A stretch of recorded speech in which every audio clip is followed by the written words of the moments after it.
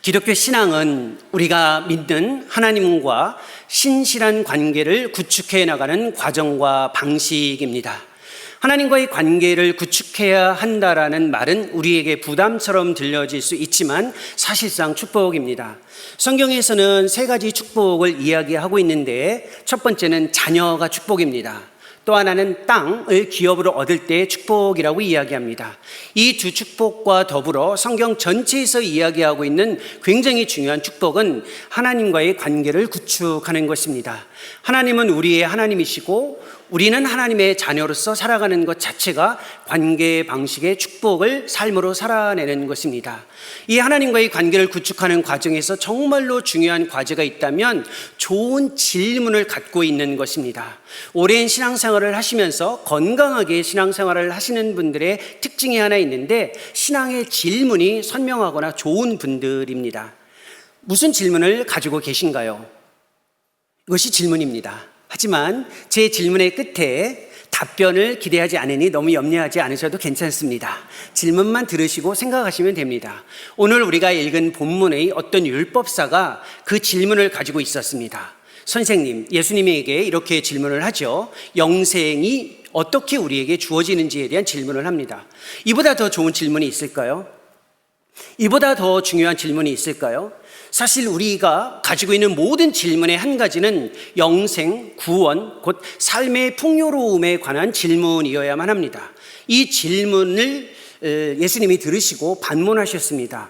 성경의 가르침, 즉 율법의 가르침이 무엇이냐라고 반문했고 이 율법 교사가 정확하게 답변을 합니다. 하나님을 사랑하고 이웃을 사랑하는 것이 영생 곧 구원을 얻는 과정과 방식이고 길이다라고 답변했습니다. 여기에서 우리가 분명히 확인해야 할 내용이 하나 있습니다. 우리의 삶의 풍요로움이 성경의 가르침에 따라 주어진다라는 확신을 갖는데 그 풍요로움의 방식은 관계, 즉 사랑의 관계 방식에서 주어진다는 것입니다. 성경의 가르침은 우리가 무엇인가를 얻었을 때에 성취했을 때의 삶의 풍요로움이 주어지는 것이 아니고 사랑의 관계 방식에 집중할 때의 삶의 풍요로움이 주어진다는 것입니다. 이것은 우리의 신앙의 확신이어야만 합니다. 우리가 만약에 무엇인가를 얻어야만 삶의 풍요로움이 주어진다, 무엇인가를 성취해야만 거기에 삶의 풍요로움이 주어진다라고 하면 성경의 가르침과 확신에서 멀어지는 것입니다. 여기까지는 우리 모두가 동의할 수 있습니다. 하지만 이 본문은 여기에서 멈추지 않고 영생, 구원, 곧 삶의 풍요로움이 관계의 방식에서 주어질 때 우리의 삶의 자리에서 어떻게 직접 경험할 수 있는지에 대해서 이야기로 말해주고 있습니다. 예수님께서 이야기로 무엇인가를 전달하실 때에는 특별한 의미가 있습니다. 많은 의미를 제시하고 싶을 때에는 특별히 이야기로 말씀하십니다. 그런데 이 이야기는 너무나도 잘 알고 있는 이야기입니다.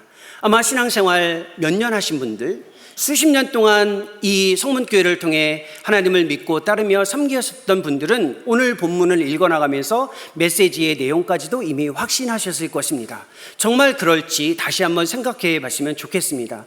이 내용은 너무나도 잘 알고 있는 내용이죠. 어떤 한 사람이 예루살렘에서 여리고로 내려가는 중에 있었습니다. 이때 도둑을 만나게 됩니다. 도둑을 만났는데 보통 도둑이 아니었습니다. 가지고 있는 옷을 빼앗고 두드려 팼습니다. 그리고 거의 죽을 정도로 내버려 두었습니다. 이때 제사장과 레위인이 보고 피해 지나갔습니다. 그런데 여기서 끝나지 않고 한 여행하는 사마리아 사람이 그 강도 만난 사람을 보고 다가가서 할 수 있는 대로 돌봄을 제공하고 주막으로 데려가서 돌봐달라고 요청한 다음에 자리를 떠납니다. 이게 이 본문의 내용이고 예수님께서 하신 이야기입니다.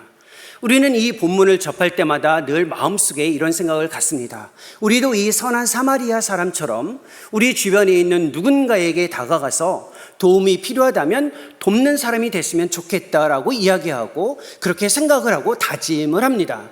하지만 성경은 단순히 불쌍하고 어려운 사람을 돕기 위해 마음을 다지고 윤리적으로 책임을 다해라 라는 정도의 이야기를 하기 위해서 말씀하고 있지는 않습니다. 이 본문은 그리스도 예수께서 우리의 삶의 현실에 어떻게 다가오시는지, 우리의 삶의 현실에서 우리를 돌보시는 그리스도의 은혜가 어떻게 이루어질 수 있는지, 그 은혜에 참여하는 우리의 삶이 어떻게 다시 돌봄의 방식으로 사랑에 참여할 수 있는지에 대한 신앙의 진리이자 그리스도의 은혜와 사랑을 이야기해 주고 있습니다.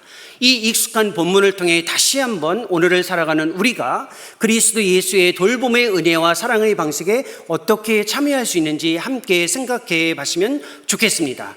예수님의 답변은 30절부터 구체적으로 이어집니다. 30절에 예수님이 이렇게 이야기합니다. 어떤 사람이 예루살렘에서 여리고로 내려가다가 라고 되어 있습니다.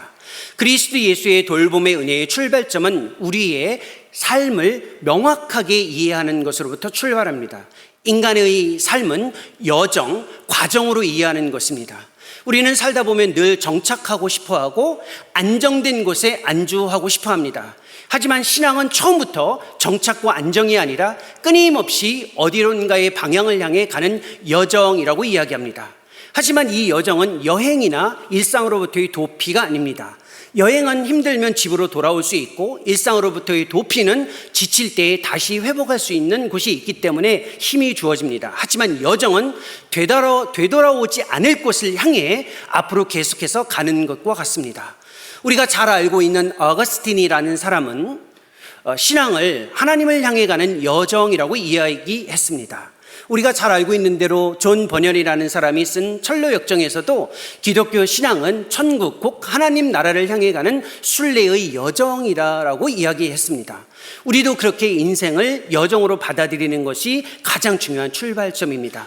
오래 사신 우리 어르신들 계신데 끊임없이 수십 년을 인생을 살아왔으나 한 걸음 한 걸음 날마다 하나님께 가까이 하는 것과 같은 여정이라는 것을 고백하실 것입니다. 안주하고 정착하는 것이 신앙의 출발점은 아니라는 것입니다. 저희 가정이 케냐에서 지낼 때에도 여정이 무엇인지 직접 경험할 수 있었습니다. 그 나라에 속하지 못하고 거주와 체류가 불안정하지만 불편하지만 그 안에서 살아가는 것과 같습니다. 굉장히 쉽지 않은 과정입니다. 이러한 인생의 여정을 받아들이는 것은 이 세상에서 하나님 나라에 속했지만 하나님 나라 안에 속한 것이 이 땅에 속한 것과 일치하지 않기 때문에 불편할 수 있다는 것을 받아들입니다. 이러한 출발점을 받아들이고 나서 우리가 직면해야 할 또 하나의 중요한 인생의 현실이 있습니다. 이 구절 후반부에 중간에 이런 표현이 있습니다. 여리고로 내려가다가 강도를 만나매라고 되어 있습니다. 강도를 만난다라는 것입니다. 우리의 인생은 강도를 만나는 것과 같이 예측 불가능한 상황이 우리에게 주어진다는 것입니다. 예측 불가능성은 우리에게 삶의 현실입니다. 이 길에서 강도가 있을 거라는 것을 이 여행하는 사람이 알고 있었을까요? 모르고 있었을까요? 역시 질문입니다. 따라서 답을 하실 필요는 없지만 생각은 한번 해보십시오. 이 가는 길에 강도가 있을 거라는 것을 이 사람은 알고 있었을까요? 모르고 있었을까요? 알고 있었습니다. 그러나 모르는 것이 하나 있었습니다. 그 강도가 자기가 지나가는 그 시점에 그 시간에 자기에게 찾아올 것이라는 것은 알지 못했습니다. 강도가 있다라는 것은 압니다. 삶의 위험이 있다라는 것은 압니다. 하지만 그 위험이 언제 자기에게 닥칠지는 우리는 알지 못합니다. 팬데믹을 통해서 우리는 이것을 전인적으로 경험했습니다. 불과 1년 전까지만 해도 2020년부터 시작했던 팬데믹이 우리 가운데 우리의 삶을 지배했습니다. 바이러스가 인류를 위협할 것이라는 것을 모두가 알고 있었습니다. 하지만 그것이 2019년 말 2020년 초반부터 우리의 인생에 찾아와서 우리의 인생을 뒤흔들 것이라고 정확하게 예측했던 분들은 그리 많지 않습니다. 이렇게 우리에게 있어서 삶의 예측 가능성이 생각보다 어렵다는 것을 인정하는 것이 중요합니다. 우리의 삶이 얼마나 예측 불가능한 상황에 있습니까? 이러한 상황이 주어질 때 하나님은 무엇을 말씀하시는 걸까요? 인생의 통제권과 주도권이 우리 자신에게 있지 않다는 것을 고백하라는 것입니다. 예측하지 못하는 상황이 주어지면 불편합니다. 나의 계획대로 인생이 흘러가지 않기 때문에 굉장히 힘겹습니다. 하지만 영적으로 하나님의 사인입니다. 네 인생의 주도권과 통제권이 나에게 있다는 것을 인정할 수 있겠느냐라는 겁니다. 삶을 환경을 바라보며 여건을 바라보며 그것을 신뢰하지 않고 변화되는 어떤 상황에서도 나를 의지하거나 신뢰할 수 있느냐라는 질문으로 받아 안으셔야만 한다는 것입니다. 저희가 케냐에 있을 때 어느 정도 예측 불가능한 상황이 많았냐면 물과 전기가 예측 없이 나갑니다. 사실은 우리가 지내다가 전기가 끊어지면 바로 한국전력에 항의하시잖아요. 예고 없이 전기가 나가면 그러한 것 자체가 불가능합니다. 물이 언제 나갈지 모릅니다. 그때 현실적으로 굉장히 힘들지만 영적으로 유익이 주어집니다. 모든 순간 눈에 보이는 현실이 아니라 하나님을 의지하고 의존하는 것이 선명해진다는 것입니다. 따라서 예측 불가능성은 우리에게 삶의 어려운 현실일 수는 있지만 하나님 편에서는 우리를 향한 굉장히 중요한 영적인 초청이고 안내의 현실입니다. 이 상황에서 우리의 현실을 좀 더 받아들여야 할 굉장히 중요한 내용이 본문 후반부에 있습니다. 후반부도 역시 동일한 원칙에 따라 제가 읽어 나가도록 하겠습니다. 이렇게 되어 있습니다. 강도를 만났는데 강도들이 그 옷을 벗기고 때려 거의 죽은 것을 버리고 갔다라고 되어 있습니다. 그럼 이 사람의 모습을 한번 생각해 보죠. 옷이 벗겨졌습니다. 당시의 옷은 재산 소유를 의미합니다. 그래서 예수님이 사역을 하실 때에 겉옷과 속옷의 문제를 이야기하시면서 비유적으로 말씀하신 적도 있습니다. 그러니까 옷을 빼앗겼다라는 말은 가진 재산을 빼앗겼다라는 겁니다. 또 하나 상처, 두들겨 맞았죠. 상처받았다라는 겁니다. 어마어마한 상처를 받은 사람입니다. 근데 여기에서 끝나지 않고 거의 죽게 되었습니다. 버려지고 고립되어지고 소외를 경험하고 있다라는 겁니다. 우리는 지금까지 신앙생활을 하면서 이 사람의 모습을 읽어갈 때마다 우리의 마음속에서 이런 생각을 가졌습니다. 내 주변에 누가 이렇게 힘겨워하는 사람일까? 내 주변에 누가 강도 만난 자의 아픔을 가지고 있는 사람일까에 집중해 왔습니다. 하지만 예수님의 의도는 누가 강도 만난 이 삶의 아픔을 직면하고 있는지 찾기보다 나 자신이, 우리 자신이 이러한 모습에 있다는 것을 먼저 인정하라라는 것입니다. 누가 강도 만난 자의 모습 때문에 힘겨워합니까? 왜 주변에 있는 사람들을 찾아다니십니까?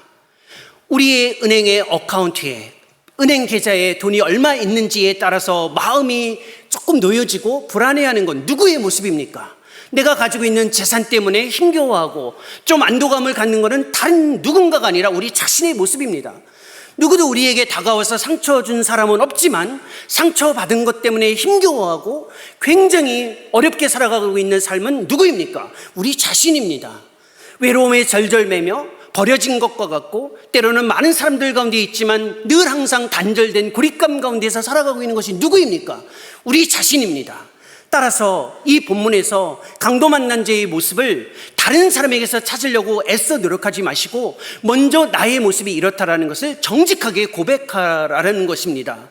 우리가 가지고 있는 재산 때문에 힘겹습니다. 남들은 누구도 대놓고 상처를 주었다라고 하지 않지만 우리는 상처받은 것 때문에 너무 힘겨워합니다. 우리의 삶은 외로움과 단절 그리고 고립감 때문에 너무나도 무기력해지고 굉장히 힘겨워합니다. 이것이 우리 자신의 모습입니다. 이것을 정직하게 인정하지 못하면 그리스도 예수께서 우리의 삶에 어떻게 다가오는지 알 수 없습니다. 이러한 정직한 모습을 자기 스스로 고백하지 못하면 그리스도 예수의 사랑이 무엇인지 정직하게 고백할 수 없다라는 것이 이 이야기에서 예수님이 제시하는 것입니다. 하지만 우리의 자신의 정직한 모습을 인정하는 것은 굉장히 어렵습니다. 하나님의 신실하심을 고백하는 것은 쉽습니다.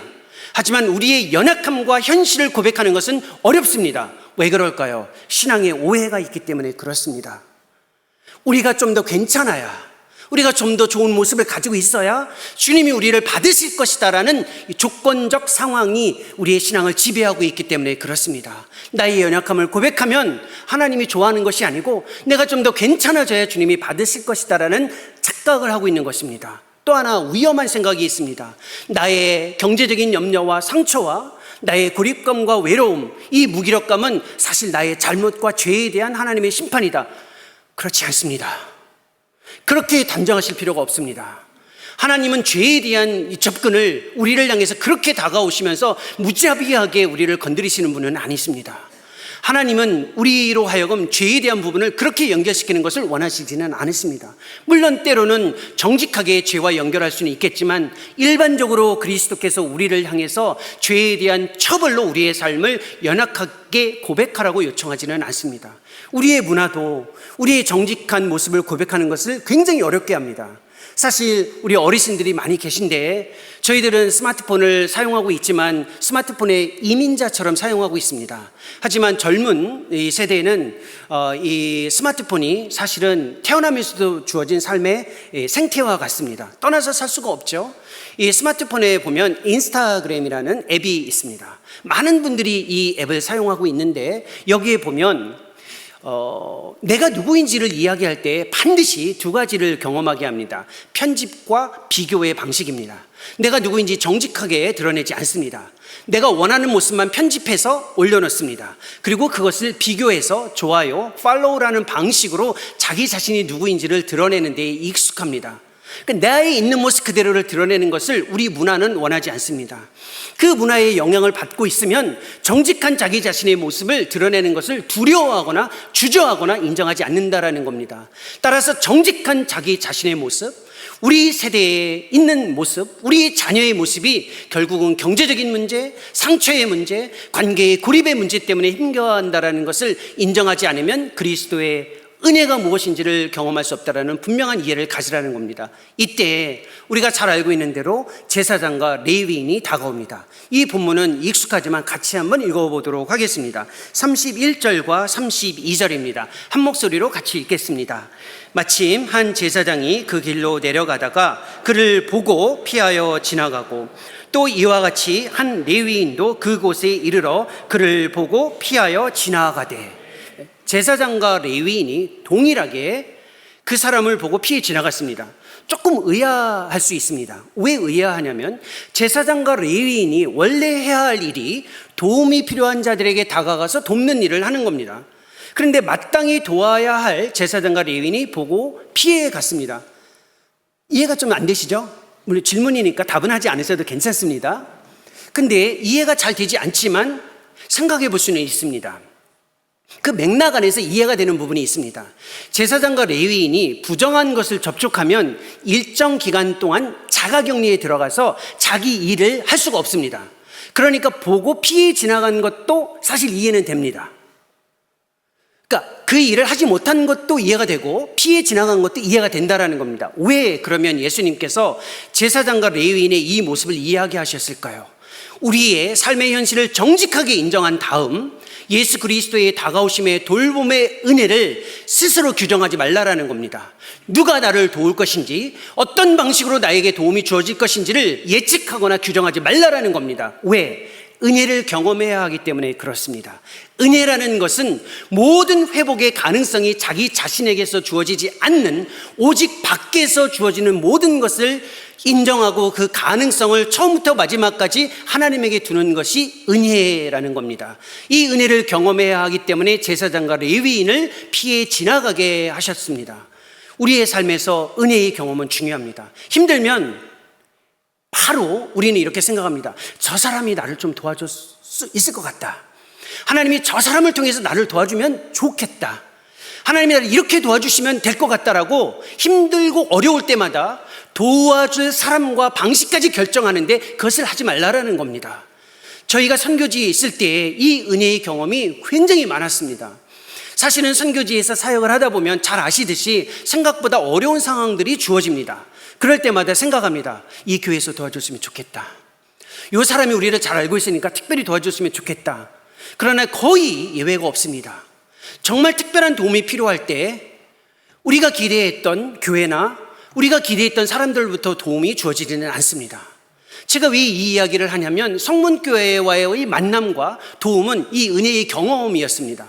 제가 선교지에서 사역할 때 성문교회로부터 지원을 받을 것이라고 생각해 본 적은 없었습니다. 사실은 이 자리에 앉아 계신 권사님들과 집사님들 중에는 특별히 저희 가정을 기도하면서 매월 일정액을 헌금해 주신 분들도 계셨습니다. 그리고 그런 분들의 사랑이 어디서 나왔는지 저는 알고 있습니다. 전혀 예측할 수 없는 가능성이 하나님의 손길을 통해서 저희 가정에 주어질 때 하나님의 일하심의 은혜의 방식이 무엇인지를 알 수 있었습니다. 우리의 삶 전체가 그렇습니다. 이것은 선교지의 경험이 아니라 우리의 일상의 경험일 수 있습니다. 특별히 사람을 찾지 마십시오. 특별히 어려울 때 도움의 방식을 결정하지 마십시오. 요셉이 궁덩이에 빠졌을 때 모든 가능성은 요셉 밖에서 주어졌습니다. 예레미야가 하나님의 사역을 할 때 우물구덩이에 빠졌을 때 모든 가능성은 예측하지 못했던 방식 안에서 주어졌습니다. 그러니 은혜의 경험이 중요하기 때문에 하나님께서 이 이야기를 통해 우리에게 말씀하시는 겁니다. 사실은 여기서 우리가 하나 더 생각해 볼 것이 있어요. 제사장과 레위인이 피해 지나갔잖아요. 우리가 우리 편에서도 생각해야 될 것이 있습니다. 내가 어떤 자리와 신분이 있다고 해서 그에 부합한 사역과 삶을 이행하고 있지는 못한다라는 겁니다. 그러니 내가 누군가에게 도움을 주거나 도움을 받고 있을 때 어떤 자리에 들어가면 잘할 것이다라는 착각을 하지 말라라는 겁니다. 저는 선교사였고 지금도 1월이면 방학마다 선교 사역을 진행합니다. 지금은 학교에서 교수로 사역하고 있습니다. 저는 목사입니다. 어줍잖게 자랑을 하자면 공부를 열심히 해서 박사이기도 합니다. 그러면 저의 호칭이 벌써 4개입니다. 박사, 교수, 선교사, 목사로 호칭을 가지고 계시는 분. 손 들고 있는 저뿐입니다. 제가 왜 이렇게 어줍잖게 이렇게 교만을 떨고 있을까요? 아무 소용도 없기 때문에 그렇습니다. 제가 이 호칭을 가지고 있다고 해서 목사라고 해서 목사처럼 사역하고 있는지, 교수라고 해서 교수처럼 가르치고 연구하고 있는지, 선교사라고 해서 정직하게 복음을 위해 사역하고 있는지, 박사라고 해서 그에 부합한 지식과 연구 능력을 가지고 있는지, 그것은 의문이고 일치하지 않는다라는 겁니다.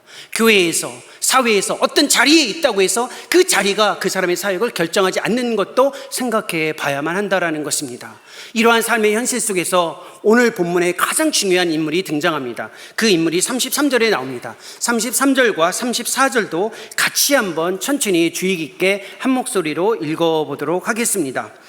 어떤 사마리아 사람은 여행하는 중 거기 이르러 그를 보고 불쌍히 여겨 가까이 가서 기름과 포도주를 그 상처에 붓고 싸매고 자기 짐승에 태워 주막으로 데리고 가서 돌보아 주니라.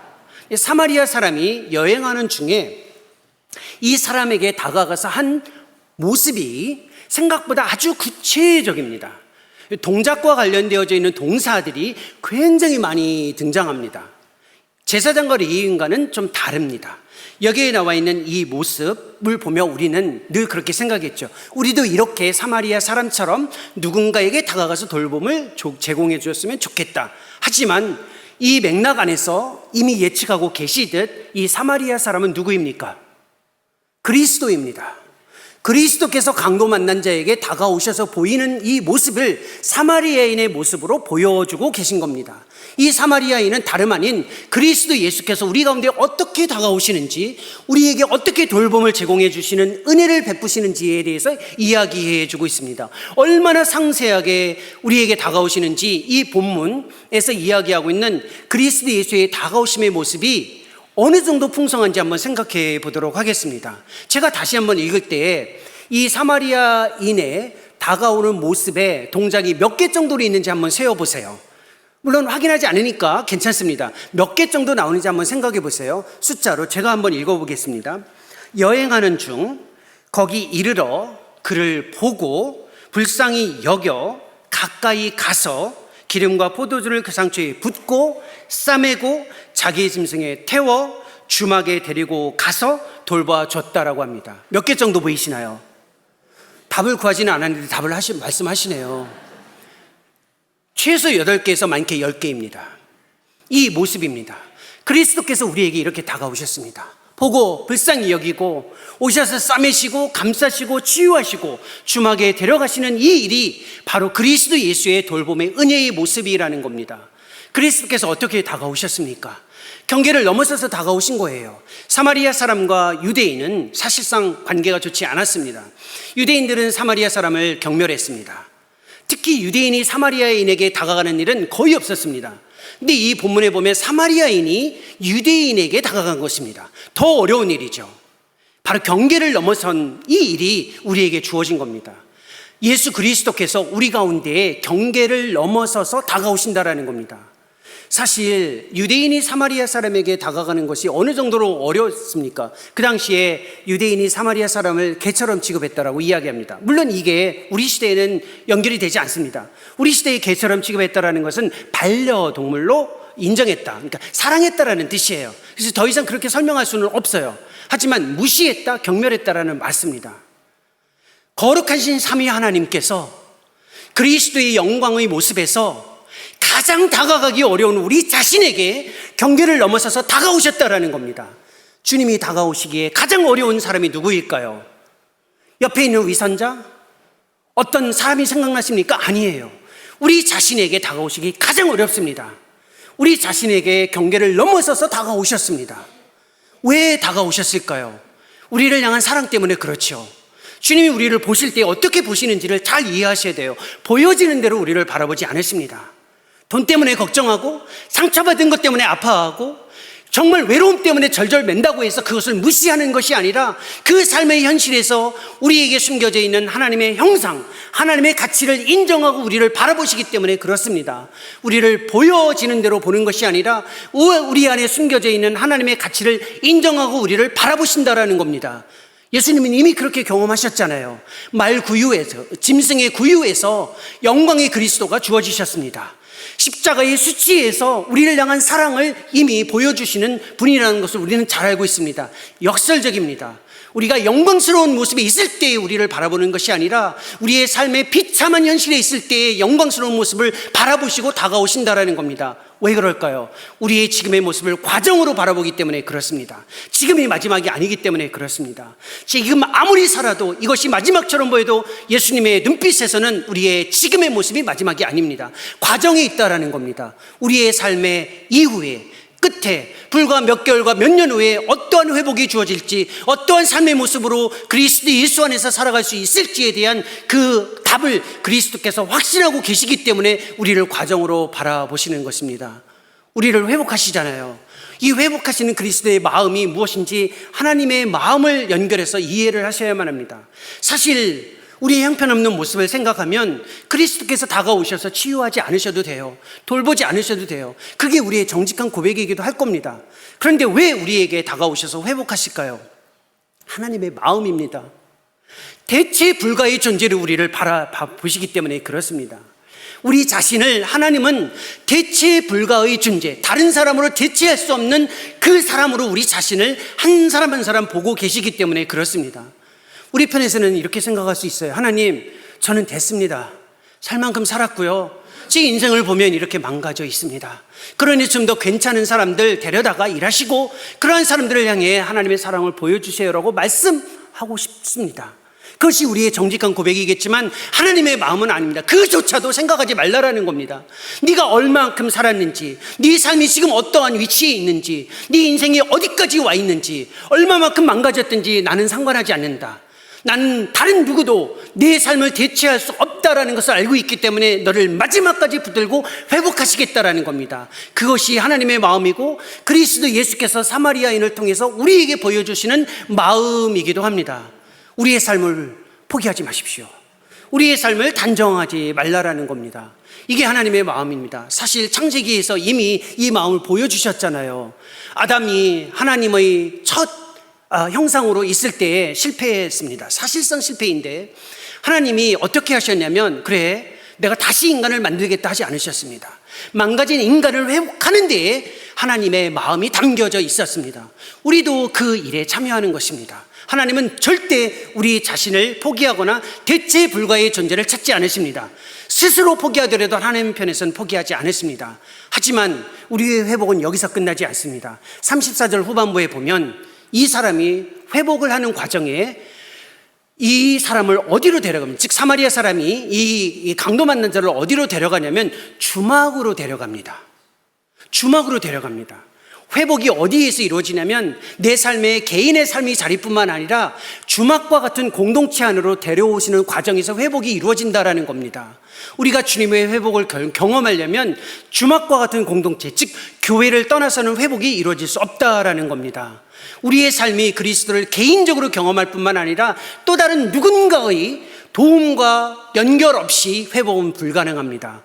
우리는 신앙을 가지고 있지만 교회를 싫어하는 사람들을 잘 알고 있습니다.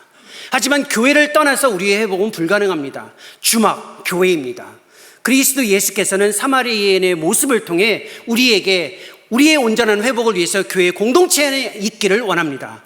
우리는 그렇게 지금 이 교회 공동체 안에서 하나님을 예배하고 있습니다. 만약에 여러분들이 조금이라도 회복의 은혜를 경험하고 계시다면, 조금이라도 그리스도의 돌봄의 은혜를 경험하고 계시다면 지금부터 이 이야기를 들을 때에 강도 만난 자의 위치에서 자리를 옮기셔야만 합니다. 어떻게? 주막의 주인으로 이 이야기를 들으셔야만 합니다. 주막의 주인에게 이 사마리아 사람이 강도 만난 자를 부탁했습니다. 데나리온 2를 주며 부탁했습니다. 데나리온 하나는 그 당시 하루 노동자가 일했을 때에 버는 일당입니다.